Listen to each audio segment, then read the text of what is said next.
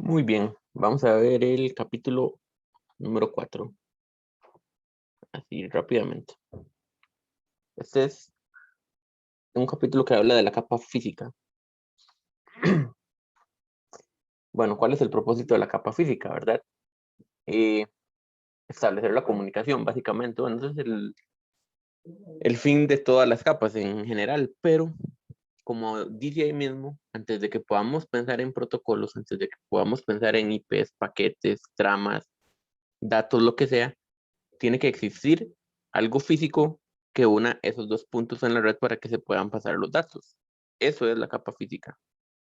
Esos aspectos, esos medios, conectores, dispositivos físicos que están ahí para que pasen los datos. Y con todo eso nos referimos a las tarjetas de red, a los dispositivos como los routers, los switches y a los medios. Que aquí en esta capa lo que se habla, bueno, en este capítulo lo que se habla principalmente es de esos medios de red. Bueno, la capa física, como ya yo les había explicado en el video del modelo OSI, lo que hace es transportar los bits a través de la red. Cuando pasa de un lugar a otro, va en bits y cuando llega al otro lugar, se convierte de vuelta a una trama, ¿verdad?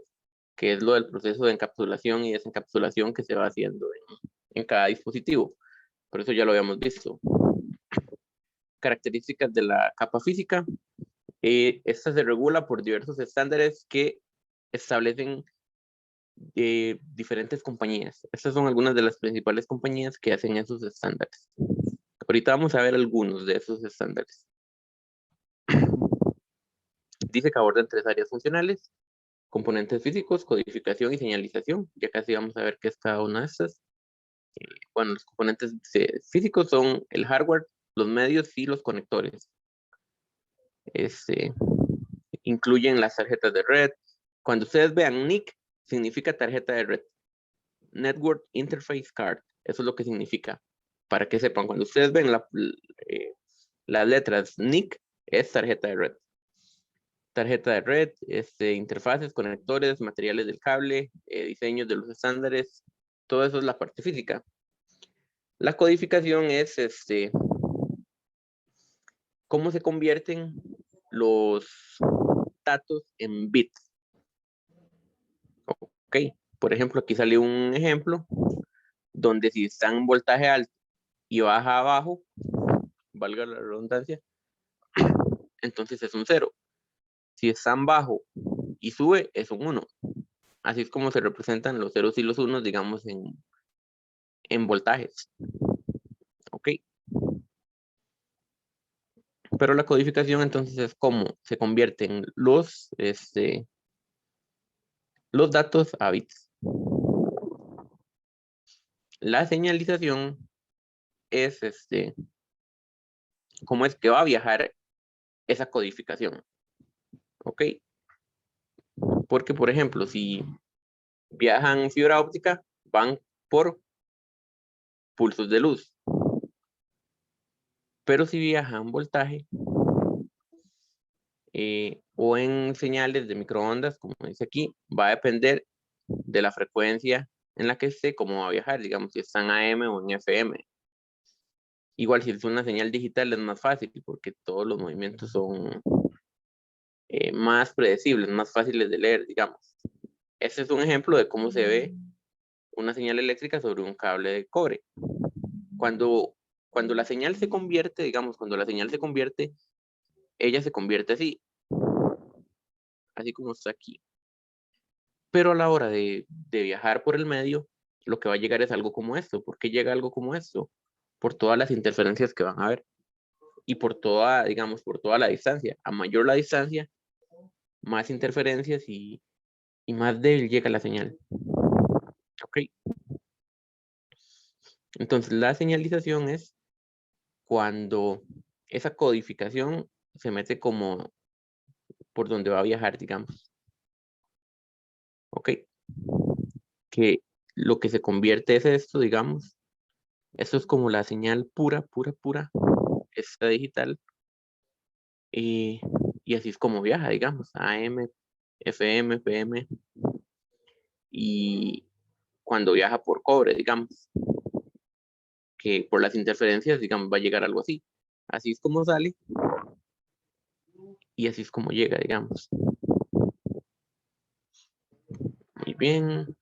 El ancho de banda, eso ya habíamos visto, que es la capacidad que tiene un medio para transportar los datos, mide la cantidad de datos que pueden pasar de un lugar a otro en un periodo de tiempo determinado, se miden con bits por segundo y las abreviaturas aquí de kilobits, megabits, gigabits, terabits, pero se miden con bits por segundo. Ok. Aquí hay varias cosas que afectan el ancho banda, la latencia, que es la cantidad de tiempo que duran los datos viajando de un lugar a otro. ¿Por qué hay latencia? Puede ser por el medio por el que viajan los datos, que no sea un medio muy seguro, o haya muchas interferencias o otras cosas así. También provoca latencia, digamos, cuando hay muchos dispositivos de red entre el origen y el destino. ¿Por qué provoca latencia? Porque cada dispositivo de red, si ustedes se acuerdan lo que vimos del modelo OSI, cada dispositivo de red, ya sea router o switch o computadora o lo que sea, tiene que desencapsular lo que le llega y volverlo a encapsular, desencapsular y volver a encapsular. Y está en ese juego, entonces ya eso es un atraso en el tiempo. También si hay algún paquete, bueno, algún segmento, algún paquete que no llega y tienen que volverlo a pedir, eso genera también latencia. ¿Cómo se mide el rendimiento? Son los bits que llegan durante un periodo determinado de tiempo. Este concepto que viene aquí que dice good put, esto lo que significa es, nosotros vimos que cuando se manda información de un lugar a otro en la red, de esa información, hay una parte de la información que sí son datos y la otra parte de la información no son datos, sino que son encabezados, es información que se ocupa para poder enviar esos datos. ¿A qué me refiero con esto? Por ejemplo, cuando la capa de red agarraba los datos que hacía la capa de transporte, la capa de red le agregaba un encabezado que era la IP, bueno, las IPs. La capa de enlace agarraba ese paquete y le metía otros datos, que eran las direcciones MAC, datos de control y otras cosillas. Entonces, Goodput a lo que se refiere es a los datos, no a los datos de control como las IPs, las MAC y todo eso, sino a los datos que viajan. Lo que ya sí son datos, no sé si me explico, que no son datos de control, sino los datos que realmente nosotros ocupábamos. Visualizar, digamos, nosotros el usuario. A eso se refiere con Goodput. Ok, ahora vienen los diferentes tipos de cableado. Tenemos el cableado de cobre, que es el más utilizado. ¿Por qué es el más utilizado? Porque es económico, fácil de instalar. Limitaciones. Entre más largo, digamos, entre más tengan que viajar las señales eléctricas, más débiles. Y son muy susceptibles a las interferencias, ya sea electromagnética o de radiofrecuencia.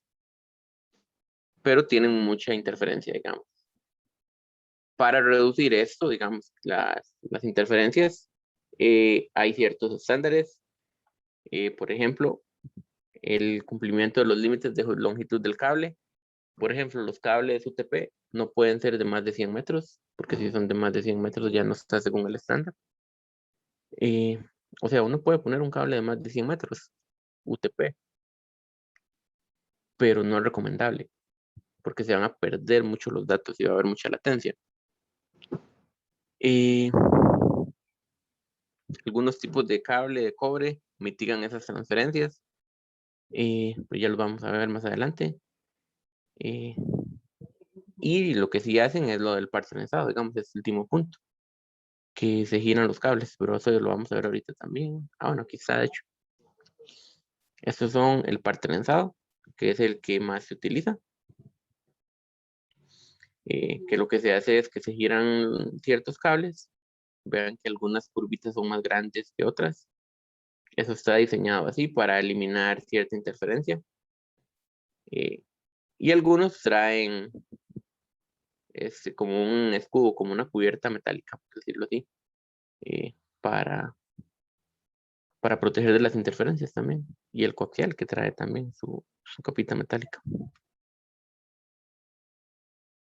Ok.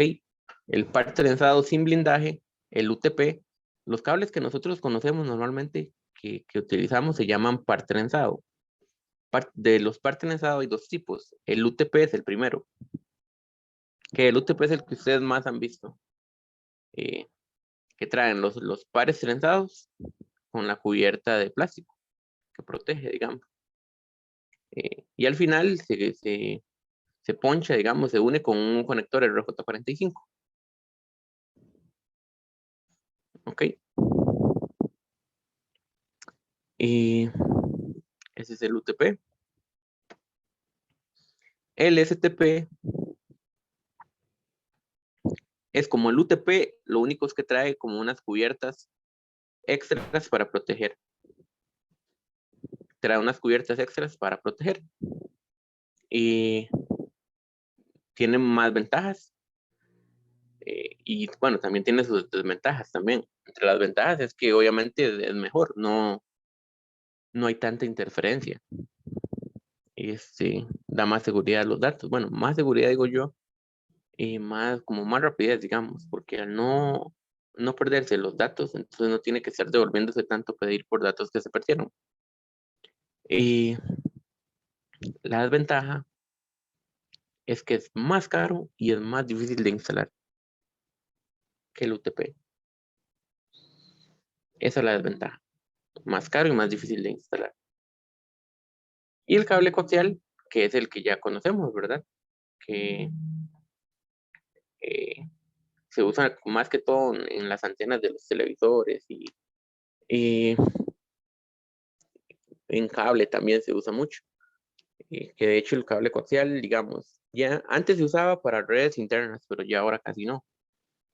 Y ya ahora casi no, pero sigue siendo muy utilizado el coaxial para, por ejemplo, para darnos internet cuando tenemos el servicio de internet por cable, por ejemplo. Porque el coaxial sí permite distancias mucho más largas. El UTP, lo más que permite son 100 metros.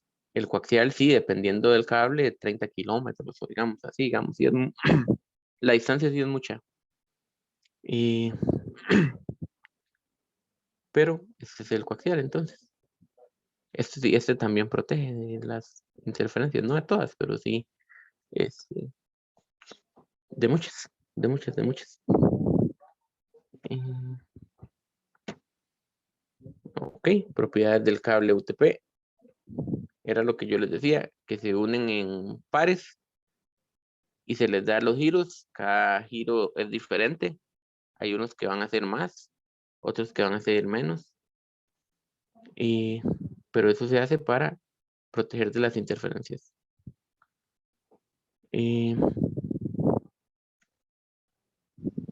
Ok, los cables UTP se dividen en categorías.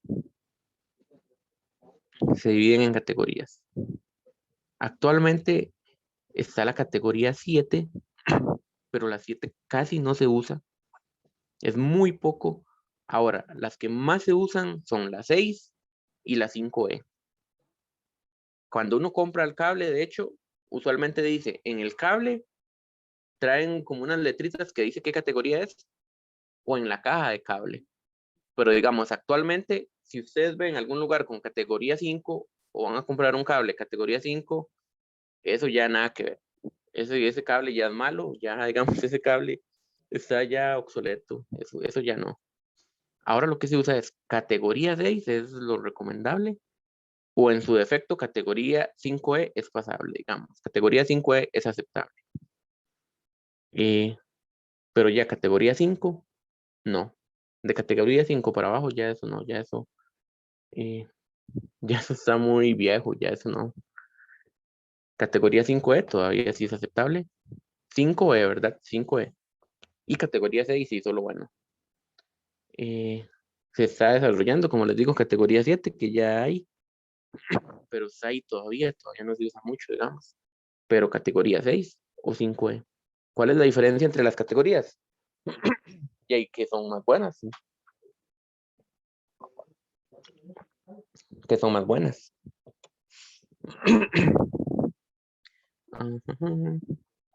Bueno, que son más buenas y hay otras diferencias, ¿verdad? Como sale aquí, digamos que la categoría 3 no se le daban los giros. En la categoría 6, digamos, trae como una proteccióncita extra. O sea, sí hay diferencias físicas, pero la diferencia que más nos importa a nosotros es en rendimiento. Pero como les digo, ahorita categoría 5E o 6. Hay diferentes conectores, ¿verdad? Los RJ45, los macho y los hembra. En algún momento nosotros vamos a hacer de los dos. Yo me imagino que ustedes el año pasado el año pasado no, bueno, el antepasado cuando hayan tenido, eh, hicieron cables, pero están los macho y los conectores hembra, que son muy fáciles de hacer los dos. Bueno, es más fácil, bueno, no son iguales de fácil los dos. Lo único es que el macho a veces es un dolorcillo cortar las puntas rectas todas. Y cuando uno lo hace hay que tener cuidado, digamos, que no quede así, porque esta partecita quedaría desprotegida. Tiene que quedar la parte plástica dentro del conector. Pero eso ya lo vamos a ver cuando hagamos cables.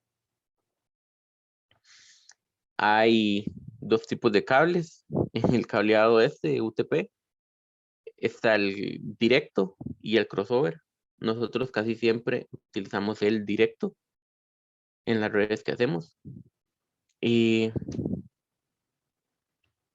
hay dos estándares para hacer los cables, el 568A y el 568B. Son los dos estándares más utilizados para hacer cables. Para yo crear un cable directo, tengo que crear los dos extremos con el mismo estándar, ya sea el 568A o el 568B. Es lo mismo.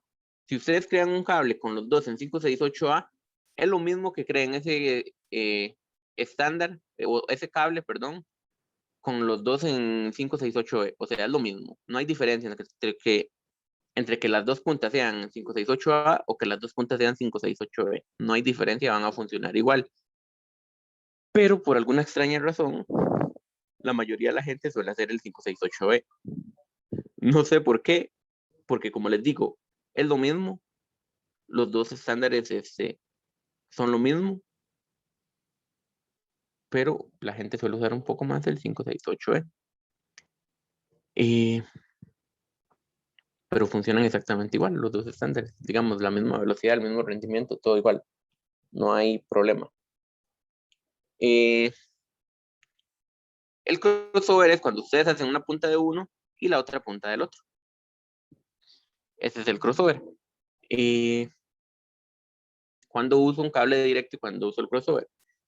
El directo yo lo utilizo cuando, por decirlo así, como cuando bajo de nivel, por ejemplo. Voy a irme para que te dice. Yo tengo un router. Tengo un switch y tengo una compu. Aquí, digamos, yo estoy bajando de niveles. Bajo el nivel del router al nivel del switch. Entonces aquí uso uno directo. Y aquí bajo el nivel del switch al nivel de la compu. Entonces uso directo porque estoy pasando de un nivel a otro, digamos. Pero se supone que si yo tengo dispositivos como en el mismo nivel, por decirlo así, o sea, dispositivos iguales, se supone que yo tendría que utilizar un crossover. Ven que aquí dice copper crossover. Entonces se supone que ahí yo debería utilizar un crossover. ¿Ok? Sin embargo, si yo utilizo uno Si yo utilizo uno directo, igual va a funcionar. Eso es porque los routers de ahora, los switches, son modernos. Entonces, en el momento en que yo le conecte aquí un cable directo, el mismo router va a detectar que yo le conecté un cable directo, entonces, por decirlo así, como que le da vuelta en el puerto, para que parezca que es uno crossover. Entonces, no importa si yo le conecto un cable directo o eh, crossover, igual va a funcionar. ¿Ok? Porque ya los dispositivos ya son modernos, entonces ellos mismos se adaptan al cable que yo le conecté, si es directo o crossover. Donde sí hay que pegarlo crossover, sí o sí, es cuando yo conecto dos compus directas. Si yo conecto dos compus directas, dos compus, las voy a conectar entre ellas sin ningún tipo de dispositivo en medio, sin ningún router, ningún switch, ni nada, así dos compus directas entre ellas, ahí sí tengo que utilizar crossover, porque ya las compus no hacen esa conversión. Entonces ahí sí tengo que utilizar crossover sí o sí. Muy bien. Y el puerto consola, que es un puerto exclusivo para los routers, o bueno, para los dispositivos Cisco. Este es un puerto exclusivo para los dispositivos Cisco. Ok. El cableado fibra óptica es mucho mejor, es mucho más rápido que el cableado cobre, porque no tiene interferencia, básicamente, como no es con electricidad, como es con un láser o un LED o digamos, como es con luz, no tiene interferencia. Y eso hace que sea muchísimo más rápido, muchísimo más seguro. La desventaja es que es muchísimo más caro y es muchísimo más difícil de manipular. Esa es la desventaja. Hay dos tipos de fibras. Está la monomodo y la multimodo. En la monomodo viaja como un solo hilito de luz. En la multimodo viajan varios. Bueno, yo creo que aquí más adelante vienen como las diferencias, pero entre los dos, la monomodo es más rápida y permite más distancias, y, pero es más cara. En cambio, la multimodo eh, no permite tanta distancia, digamos, como la monomodo, y es un poquillo más lentilla, pero es más barata y más fácil de manipular. Ok. Pero la monomodo tiene un núcleo pequeño, la multimodo tiene un núcleo grande.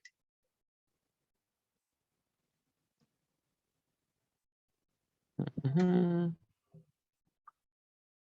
¿Cuándo se usa la fibra óptica? Se usa para redes empresariales, para cableados de backbone. ¿Qué es el backbone? Vamos a verlo aquí en Packet Tracer otra vez. Vamos a volarnos todo esto. El backbone es como la red principal, como la red central, como la columna. Digamos, por ejemplo, que yo tengo varios edificios. Pa, pa, pa, pa, o varios edificios, o en un edificio, digamos, en un mismo edificio tengo diferentes pisos, o no sé, diferentes departamentos, como sea que esté distribuida la red. Vamos a ver, a este router voy a tener que agregarle una tarjeta de red para poder hacer el ejemplo. Pa, pa, pam, pam. Ok, yo tengo varios pisos. Aquí cada uno de estos pisos va a tener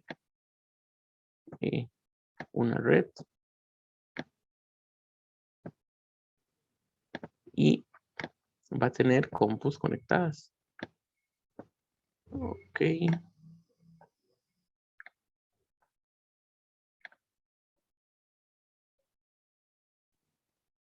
Entonces esto va a ser algo así. Uy, agarré el cable que no era.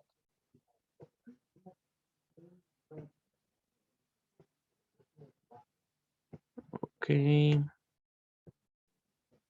Ahí lo estoy conectando puertos a lo loco. Pues no me interesa qué puertos van ahorita. Me interesa nada más hacer la representación física.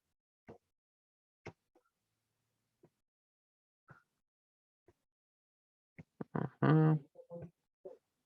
Ok.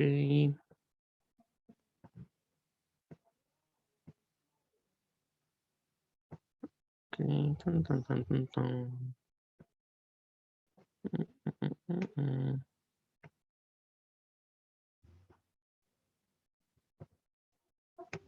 Ok.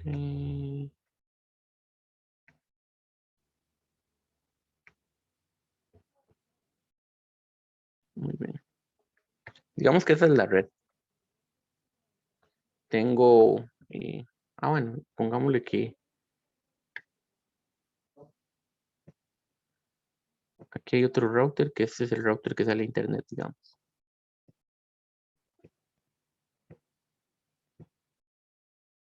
Ese es el router que sale a internet, digamos. Entonces tengo mi red, que es el backbone. El backbone es como la red o como la columna vertebral de mi red. ¿Qué vendría siendo esto? Ese sería el backbone. ¿Ok? Esto verde sería el backbone, porque sería como la columna vertebral de mi red. O sea, como la parte que tiene que ser la parte más robusta de la red. La parte que esté mejor en cableado, digamos, en dispositivos y todo. ¿Por qué? Porque, por ejemplo, bueno, el backbone también incluye este router, que es el que sale a internet. ¿Por qué? Porque por aquí van a pasar los datos de todo. Por ejemplo, estas otras partes de la red pueden ser más, no tan buenas, digamos, no tan buenas. Estas otras partes pueden ser no tan buenas como el backbone, porque ahí van a pasar informaciones de la red, pero solo del piso en específico que está ahí, o solo del departamento en específico. En cambio, aquí, por el backbone, va a pasar la información de todo. Por ejemplo, aquí entre esta compu y este switch, solo va la información de esta compu, que es mínima. Ya de este switch a este router va la información de toda la red. Ya es una información más pesadilla. Pero ya donde sí es pesado es de este router a este otro, digamos, la comunicación entre los routers. Porque ahí va a ir la información de toda la red. Entonces va a ir mucha más información que la que pasa entre este router y este switch. Por eso se le llama backbone. Eh, por eso es tan importante que sea una buena conexión, porque aquí es donde va a ir todo. Yo nada hago con que la conexión entre este router y este switch sea buena si la conexión entre este router y este otro es mala. La comunicación en general va a ser mala, entonces. ¿Por qué? Porque todo va a tener que pasar por este router, digamos. De esta red, todo va a tener que pasar por este router para llegar a internet, digamos, o para llegar a otra parte de la red. Entonces, esta es la parte que yo ocupo que sea más, que esté más trabajadita en la red, el backbone, que es como la columna, es como la columna de la red. Entonces, lo que decía aquí, espero haberme explicado con esto del backbone, es que la fibra óptica se utiliza para el cableado de backbone, como para hacer esa columna, porque es mucho más rápida y con menos interferencia. Por ejemplo, en el cole, en, en el cole para el backbone se utiliza fibra óptica de un router a otro, digamos, del router que está en conectividad al router que está en los laboratorios. Porque imagínense en el router que está en los laboratorios, eh, por ahí pasa toda la información de todos los laboratorios y tiene que ir al router de conectividad para que salga internet. Ok. Y Hay empresas que dan el internet por medio de fibra óptica. Para eso se utiliza también. Hay para hacer redes de larga distancia también y redes de cable submarino, que son básicamente las redes que conectan a todo el mundo, las de cable submarino, ¿verdad? Hay diferentes tipos de conectores de fibra óptica, ST, LC, CS y LC. Son diferentes tipos de conectores de fibra óptica. Están los cables también. Que como dice ahí, amarillo, monomodo, naranja, multimodo. Pero son dos tipos de cables diferentes también, para monomodo y para multimodo.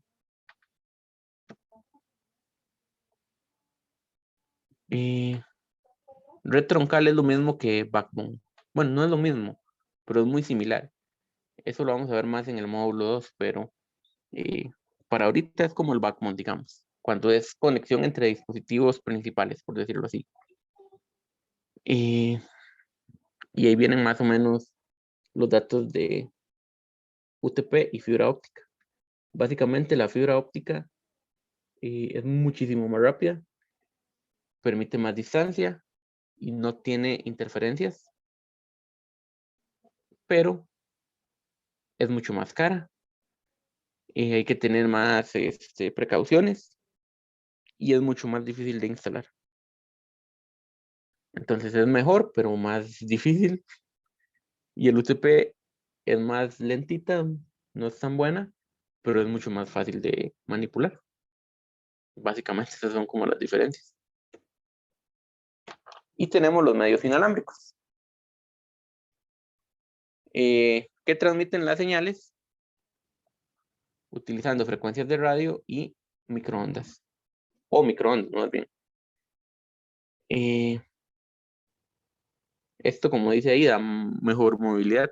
Algunas limitaciones de la tecnología inalámbrica, el área de cobertura, hay más interferencia y básicamente anda por el aire la señal, entonces hay mucha más interferencia. Hay que pensar más en la seguridad. Por eso ustedes no ven que uno cuando se conecta con cable ocupa contraseñas ni nada de eso. Porque ya el cable como que da esa seguridad para que no se pueda conectar cualquiera. En cambio, con los medios inalámbricos no hay eso. Como la señal viaja por el aire, cualquiera puede agarrar esa señal. Entonces, por eso se ocupa contraseña. Y esto del WLAN de medio compartido, eso lo vamos a ver en otro capítulo. Creo que entre estos 4 que vamos a ver, está eso. Creo que es el capítulo 7, de hecho. Pero básicamente, digamos, cuando yo tengo un cable, cuando yo me conecto por cable, por RJ45, yo me conecto del switch a la compu, ¿verdad? Digamos, del switch a la compu. Entonces, ese medio es exclusivo para esa compu, ¿ok? Entonces, digamos que el medio no se comparte. Pero cuando yo utilizo el Wi-Fi, el medio se comparte con todos los dispositivos que estén conectados. Porque el medio son las frecuencias de radio o microondas, digamos. Entonces, ese medio está compartido con todos los dispositivos que están conectados en el router inalámbrico, ¿ok? Entonces hay diferentes formas de cómo compartir ese medio, porque no todos lo pueden usar a la misma vez. Entonces eso hace que sea un poco más lento el WLAN, digamos. Por eso, de hecho, por eso es que el WLAN es más lento que cable. Que tiene que estar compartiendo el medio y entre más dispositivos haya conectados, más lento va a ser. Aunque no estén descargando casi nada. Pero va a ser lento entre más dispositivos haya. Porque tienen que compartir el medio. Hay diferentes estándares para las conexiones inalámbricas. El Wi-Fi, que es el IEEE 802.11, el Bluetooth, el WiMAX y el Zigbee. El más utilizado obviamente es el Wi-Fi, ¿verdad? Los otros no son tan utilizados.